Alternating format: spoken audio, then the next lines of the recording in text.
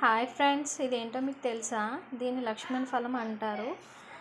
దీన్ని తినడం వల్ల క్యాన్సరు, అలాగే హార్ట్ అటాక్ సంబంధించిన సమస్యలు అనేవి తొలగిపోతాయి అన్నమాట.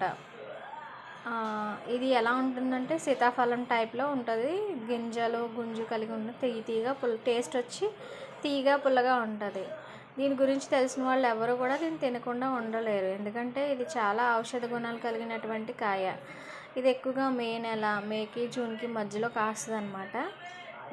మాకైతే చెట్టు ఉంది. ఈరోజు మార్నింగ్ నుంచి వర్షం కురవడం వల్ల ఇది కింద పడిపోయి రాలిపోయింది. యాక్చువల్లీ కోస్తే పండు అవ్వదు, చెట్టుకే ముగ్గాలి. చెట్టుకు మాత్రమే ముగ్గుతుంది, కోస్తే ముగ్గదనమాట.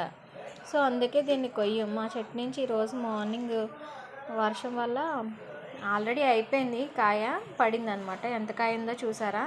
ఇది చాలామంది దీని గురించి తెలిసిన వాళ్ళు మరీ కొనుక్కుని మరీ తింటారు. ఎందుకంటే దీంట్లో అన్ని మెడికల్ సంబంధించిన వాల్యూస్ ఉన్నాయి కాబట్టి.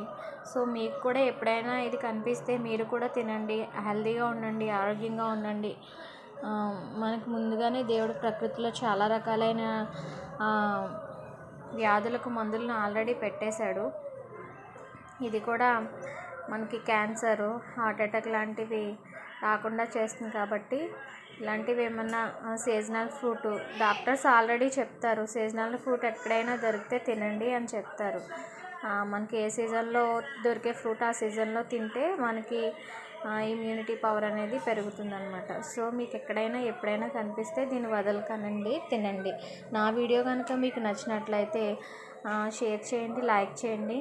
నా ఛానల్ సుజల వాయిస్ ఛానల్ని సబ్స్క్రైబ్ చేయండి. మా లాంటి వారిని ఎంకరేజ్ చేయండి.